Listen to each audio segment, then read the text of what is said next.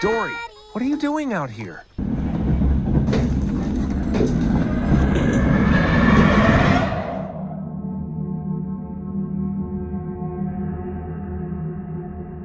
Hi, hello, my name is Kat, and welcome to today's video. I'm here with our lovely friends over at Pixel Split Games to talk about their new game, REVEIL. We'll be diving into some gameplay today, which you have not seen before, and some that you may have seen a little bit at PAX East. But anyways, I will let my friends over at Pixel Split introduce themselves before we jump into some gameplay. Hi, I'm Bennett from Pixel Split. This is Stefan.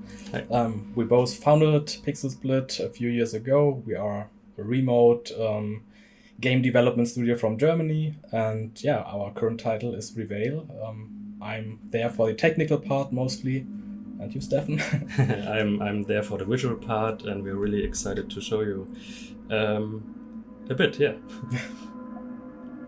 Amazing. So we are going to jump into the game now and just kind of chat while we play. And I'm very excited to see this because I haven't actually seen even the opening bit yet. So you guys will have to show me all the little cool puzzles that I'm sure they're coming to the beginning.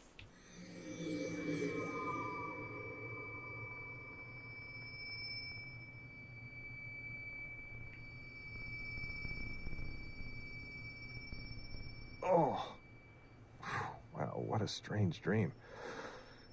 My head hurts. I need to get this headache under control. Well, these Right, usually thrown help. into it, huh? From the very should take beginning. it I over. love that. Yeah, so you are Walter Thompson, the main character, and yeah, you wake up in this house, which will play an important role during the game. Maybe Yeah. Martha and Dory are still up. So what would you say if you had to describe this game in just like a quick sentence or less? What do you think the game is really about? It's a first-person narrative psycho thriller, focused on a big narrative, I would say, and it blends in puzzle elements, horror elements, and other gameplay elements. Yeah, I guess this sums it up. Yeah. No, that sounds perfect. And do you get that story? Martha already took care of all the circus stuff, which leaves me with the rest, as always. I'll let Walter speak. I won't interrupt you, Walter. I apologize. But do you think the story really kicks off right from the beginning, or is it kind of something that you have to kind of find as You have go? to unravel it, so you have to find out what's going on. Walter is a bit confused all the time, and you really have to figure out why and what is going on. And yeah, so it's also a bit of a mystery, and you really Figurine is try missing. to figure out what this is all about. I think this was That's part really of the old cool, music and- box. I love this kind of thing of finding new little clues as you go, too. I'm very much like a detective gamer, so I love that kind of stuff. It seems like kind of a new genre for you guys. What kind of made you think to do the psychological thriller and horror route? So we like to do all sorts of genres, and this was on our, I would say, call it bucket list for a long time. Yeah, and it took us quite long to. Initially, we thought it would be way easier to produce such a game, and now we are here after 5 years. And Wow. yeah, but what we really we love these types of games, and it's a new challenge for us. Before we focused a bit on gameplay heavier game strategy and action, whatever you might call it, and this time a more narrative and really focused on visual set pieces, etc. And Yeah, the visuals look incredible already. What was it like kind of developing a game that's like nearly photorealistic in the way that it Someone left looks? the record player on. It was kind of new to us. Our last games were more simple. Where are they? So it was a lot of research that we had to do because our game plays in the 70s mostly on a circus, and yeah, nowadays you don't know these locations. Yeah. That's so interesting. Yeah, you mentioned the circus, which we'll see a bit of Never later. get enough of this track. It's a very unique setting. So what was the research process like for that? Mostly we got inspiration from movies, from the old movies from the 80s, like horror movies or movies in general. Yeah, and a lot of research through image search Dory's and in her old room. newspapers and stuff, because we wanted that the props feel realistic. So Yeah. I definitely get that nostalgic for like horror movies and stuff. yeah. Is there any other media that you guys were inspired by when you were creating this story? Actually, most of them were from movies. Dory. It was not a specific movie. Mostly some scenes from movies. Dory, is that you? Because we love the look that the old movies had. Absolutely. So now we are in Dory's room. Oh, look at all the stuff that you can look at. That's And this is crazy. some kind of puzzle segment. You can call it like an escape room or something like that. You very have cool. various props and machines here. And you have to figure out how they are connected. So Looks like let's a take a look map. at the map. Dory painted. Oh. Yeah, so first of all, I took it home from the circus. It's old, you but find this some machine fun. here. It's a recreation of a vintage, I think 60 or I need a 50s coin to put in here. arcade machine. Oh, very cool. Yeah, so you need a coin for here. So Mm. next step is to find a coin.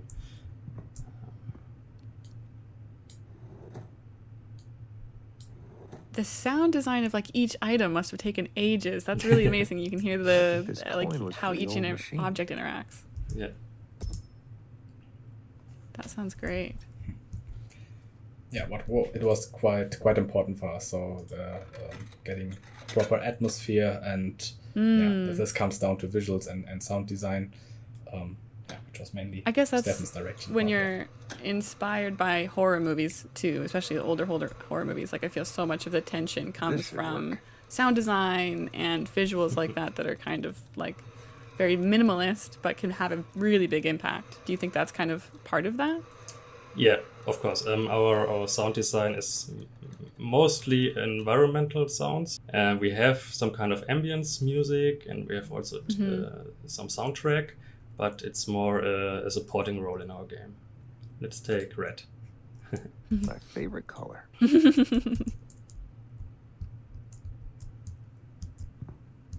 Dory loves these, so I made one for her. Oh, I love these puzzles. They were tricky sometimes. So this is kind of like two puzzles back to back that are very like inspired by real world puzzles, very physical stuff. What was it like developing these kind of more haptic physical puzzles into a game? harder than we thought. Especially this one, I don't know, it's a 10th iteration or something to get it right in the end.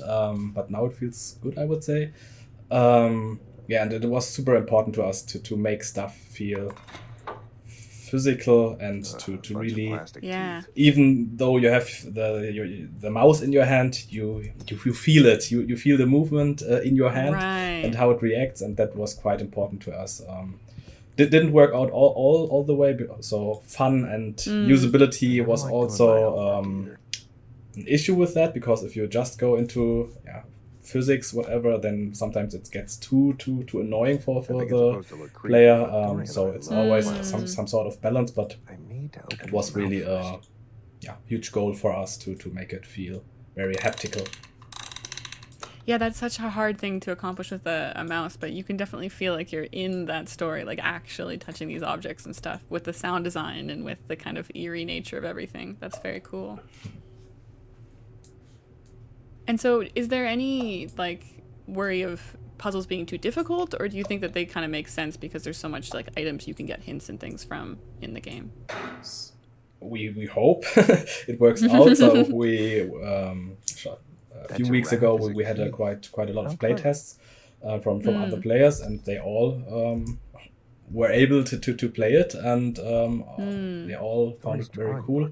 For some it took longer, for some it was faster, but in the end I think it is quite balanced out approach for the puzzle aspect, because we don't want to call it a pure puzzle game. It's not a hardcore puzzle game. It's just an element, so even the non-puzzle gamer should be able to solve it. But later on, there will be also some puzzles which are a bit more difficult. But yeah, like I said, balanced out, not too hard, not too easy. Gosh, those drawings were terrifying. Dory's okay. Oh, that's very trippy, huh? So it feels like kind of unreal what's going on. This has to be another dream. Is that kind of where the psycho thriller stuff comes in, where you don't know where stuff is real or not throughout? Yeah.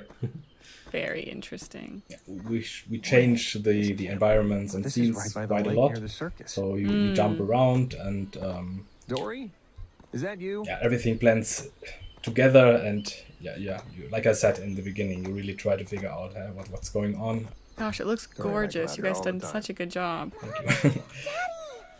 I found a really, really big fly. Oh gosh.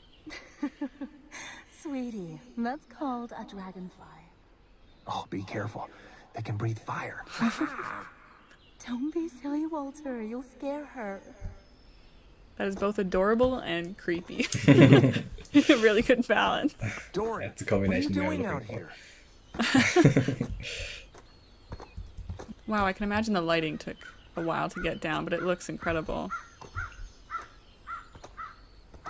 Was also quite a technical challenge to get the performance, because we use the Unity engine, and this is the HD render pipeline. Wow. Their new rendering tech, but yeah, you really have Wait to for me. fine tune I'm everything not that so fast. that it is playable on a variety Absolutely. of machines. Yeah. Yeah, what a difficult thing to do with PC gaming too, that everyone's got something different. Yeah, that's true. Yeah, I prefer. And so not now we're knowing my entering future. the circus bit, I suppose. Yeah, this is the approach to the circus plaza. And so this is the environment that most of the game will be in, or will we kind of go back and forth between environments? Back and forth, so there will be another scene where the circus will play an important role. And yeah, something that is related to this. I don't want to spoil too much here, but I think we will see that later. And yeah, there is a variety, and like I said, you jump Nowadays, the circus just back and stays forth here. and yeah, try to figure out what is going on and what are all these locations you are seeing. The story itself is quite a puzzle, so to putting it together. Yeah. I know we talked already about kind of inspirations for the circus environment, but what other reasons did you choose this environment specifically? Because I think it's so unique and people will be very drawn to it, I think, in the genre. For us, it's important that in these kind of games you can dive into a unique world, and you can explore things that you don't see every day. And at the same time, we want to surprise the player as much as possible. And I think the circus setting has great potential to deliver many of these things.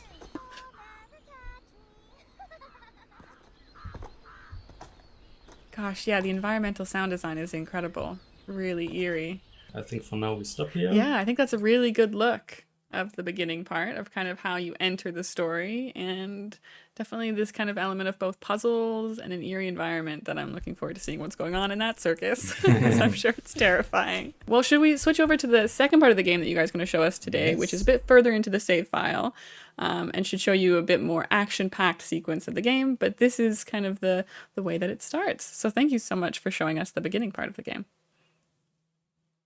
Cool. Okay, we are going to jump into the second part of the save file and explore this next scary start. Or scary part of the game, I should say. Yes, like you can see, it's quite dark now. Totally different vibe. Yeah. It's still circus is here. This is the circus train. And how many hours is this into the game, approximately? 1.5, I would say, something like that. Okay, yeah. Oh gosh.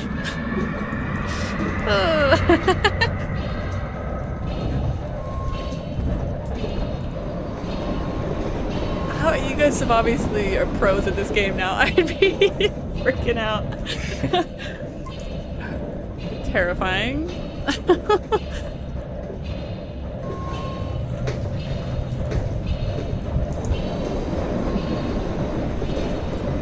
Oh, I need to get rid of this thing. Maybe I could watch this. At least Yeah, Walter, go. I better hurry.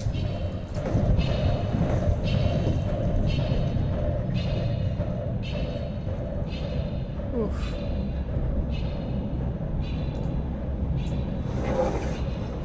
Again, you can really showcase the sound design here. No lever. Terrifying. To decouple the wagon. What could it be?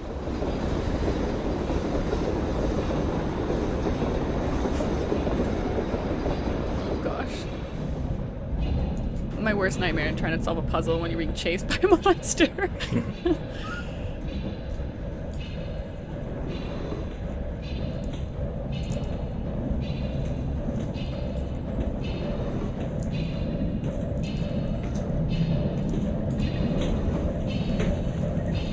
Oh, there's the lever. Let's get rid of this goddamn puppet.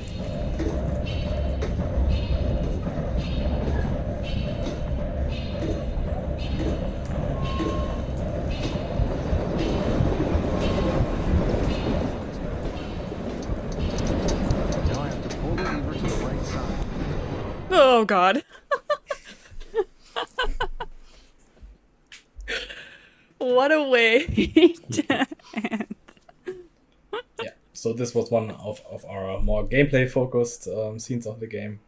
Like I said at the Very beginning, cool. it's a mix of puzzles, exploration, narrative, and in this case also horror and chase. Yeah, and we really tried to have multiple pillars in the game.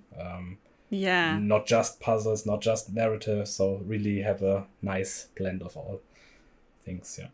Absolutely. I think a good like thriller game, especially, it is all about that balance of tension, of having your relaxing moments so that when the tension does come, you're extra terrified. Which that was a very good showcase of, because I am not looking forward to playing that bit, but I'm sure people will enjoy watching me play that bit. Incredible. Well, that was a good way to also showcase how the game kind of develops throughout the story. I'm curious, as kind of our last question before we wrap up today. I know you guys are working on this idea of multiple endings for the games. How does that impact the story and the gameplay throughout? Mm-hmm. So the game itself is quite linear. So we have our story in mind, the narrative that we want to provide. The player can look around and pick up story bits in quite a different order, but in the end it's quite linear. So it really has this high quality that we want. And later on, at the end, the player will be able to choose from several endings. So it's nothing at the beginning branches out completely. It's more at the end you will be able to choose from different endings, and you can finally decide what's going to happen with the character. This was already too much. No, I'm very excited to hear more about that and see it once we play the game in this final version. The story seems so interesting and kind of mysterious, so I'm sure everyone will really enjoy diving more into that once you get your hands on the game. But thank you so much, Bennett and Stefan, for talking with us today. I really, really appreciate it, and it's been really nice to see some extra exclusive footage of the game we haven't seen before. Is there anything else you wanted to mention before we wrap up? I don't think so. Thank you for having us. Yeah. Amazing. And if you guys want to play the game, make sure you wishlist it over on Steam. It helps us so very much, and we so much appreciate it. And keep an eye on the development of the game by following us over on our socials, which we'll put down below. And thank you again so much to Pixel Split and Bennett and Stefan specifically for talking with us today. I hope you guys enjoyed the video. Let us know what you think down below, and if you'll be picking up the game when it comes out this year.